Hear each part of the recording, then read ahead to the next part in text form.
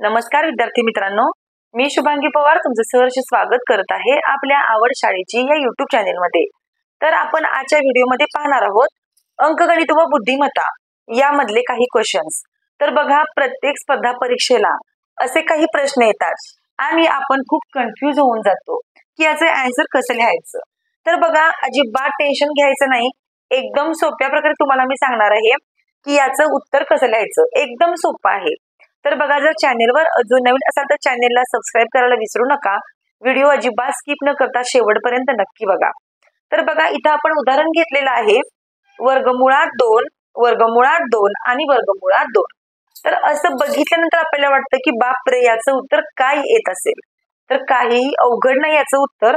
बघा, वर्गमुळात कोणती पण संख्या असू दे, वर्गमुळात कोणती पण संख्या असू दे, इथं काय करायचं, 2 घ्यायचं, 2 घ्यायचं आणि हे वर्गमूळ किती वेळा आलंय, 1, 2 आणि 3 वेळा आले। मग 2 च्या डोक्यावर 3 लिहायचं, म्हणजेच 2 चा तिसरा घात।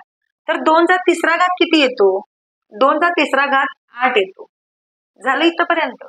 आता काय करायचं बघा, 2 लिहायचं, इथं 8 लिहायचं आणि रेष मारायची, म्हणजे छेदामध्ये 8 लिहायचं आणि 8 च्या अगोदरची संख्या कोणती, तर 7 आणि झालं आपलं उत्तर। तर अशा प्रकारे याचं उत्तर लिहायचं असतं। बघा, एकदम सोपी ट्रिक आहे मित्रांनो। जर समजा तुम्हाला अशा प्रकारे जर आलं, जर तुम्हाला अशा प्रकारे आलं आणि इथं एकदाच 2 लिहिलं असेल, बघा इथं एकदाच 2 लिहिलं असेल, आपण अगोदर हे सगळं पुसून टाकू। तर बघा, इथं वर्गमुळात 2 दिले, मग आता हे चिन्ह किती वेळा आलंय वर्गमुळाचं ते आपण अगोदर बघायचं।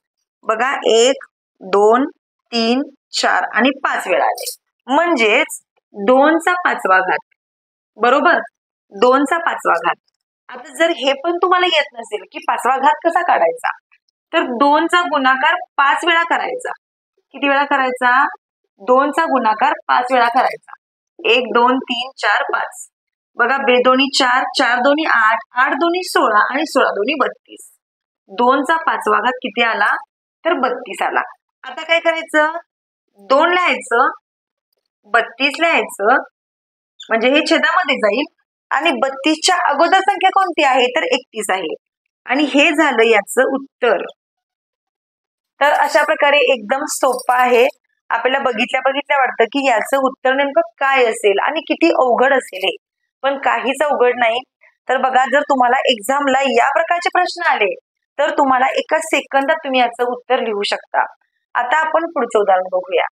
आता बघा, इथं संख्या घेतलेली आहे आपण, इथं वर्गमूळ किती वेळा आले, तर 4 वेळा आले आणि एकच संख्या दिली वर्गमुळात 4। तर काय करायचं आपल्याला, बघा अगोदर आपल्याला हे 4 इथे लिहून घ्या। आता मी तुम्हाला सांगितलं इथं कोणती पण संख्या असू दे, 2 लिहायचं, म्हणजे 2 चा 1, 2, 3, 4, 2 चा चौथा घात आहे, 2 चा चौथा घात आहे।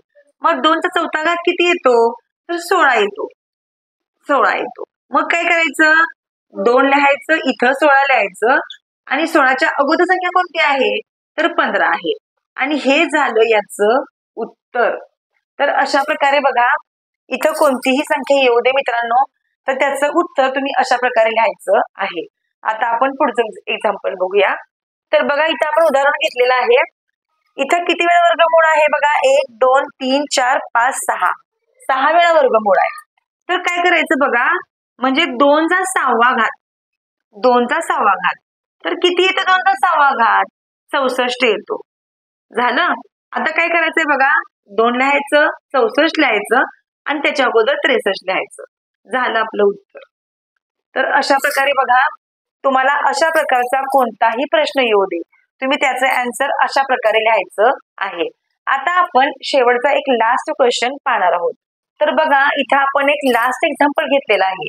जर तुम्हाला तुमच्या एक्झामला अशा प्रकारचा कोणताही प्रश्न आला तर त्याचं उत्तर कसं लिहायचं आणि तेही सोप्या ट्रिकने ते तुम्हाला मी सांगणार आहे। बघा, 6 चा तिसरा घात अधिक 6 चा तिसरा घात अधिक 6 चा तिसरा घात अधिक 6 चा तिसरा घात अधिक 6 चा तिसरा घात, छेदामध्ये 3 चा तिसरा घात अधिक 3 चा तिसरा घात गुणिले 4 चा तिसरा घात अधिक 4 चा तिसरा घात अधिक 4 चा तिसरा घात अधिक 4 चा तिसरा घात, छेद 8चा तिसरा घात अधिक 8चा तिसरा घात म्हणजे प्रत्येक ठिकाणी तिसरा घात दिलाय.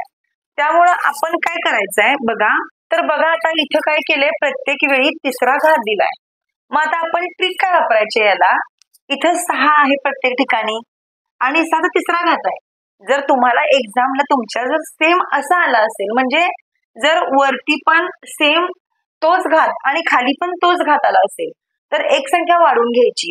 तिसरा घात आहे ना, आपण 14 घात घ्यायचा, गुणिले इकडं 4चा पण तिसरा घात आहे, आपण 14 घ्यायचा, छेदामध्ये 3चा तिसरा घात आहे, आपण 14 घ्यायचा, गुणिले 8चा तिसरा घात आहे, आपण 14 घ्यायचा. आता काय करायचं, हेच आपण कंबाईन म्हणजे कॉमन मध्ये एकच लिहायचं.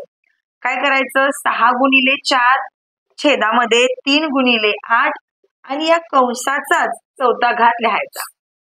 बघा समजलं इथपर्यंत. आता आपण याचं उत्तर लिहूया, गुणाकार करूया अगोदर याचा.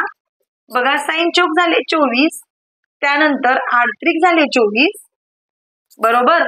आता याचाही 14 घात करायचा आहे आपण इथं, आणि इथं बघा 24 एक्के 24 म्हणजे 24ला 24 गेले, म्हणजेच इकडे लिहूया आपण 1चा चौथा घात. 1चा चौथा घात म्हणजेच याचं उत्तर 1 येणार आहे. एकदम सोपं आहे. तर बघा अशा प्रकारे जर तुम्हाला कोणताही प्रश्न येऊ दे, तुम्ही त्याचं आन्सर तुम्ही या प्रकारे जर लिहिलं तर तुमचा मार्क अजिबात कट होणार नाही. किंवा जे तुम्हाला मी मागील एक्झाम्पल घेतली, तर तुम्हाला त्या ठिकाणी सुद्धा ती ट्रिक वापरायची आहे, तर तुमचं उत्तर करेक्ट येणार आहे. तर बघा, जर तुम्हाला व्हिडिओ आवडला असेल तर नक्कीच लाईक करा व्हिडिओला, कमेंट करून सांगा तुम्हाला हा व्हिडिओ कसा वाटला. चला तर मग आपण असंच भेटू आणखीन एका नवीन व्हिडिओ सोबत. तोपर्यंत धन्यवाद.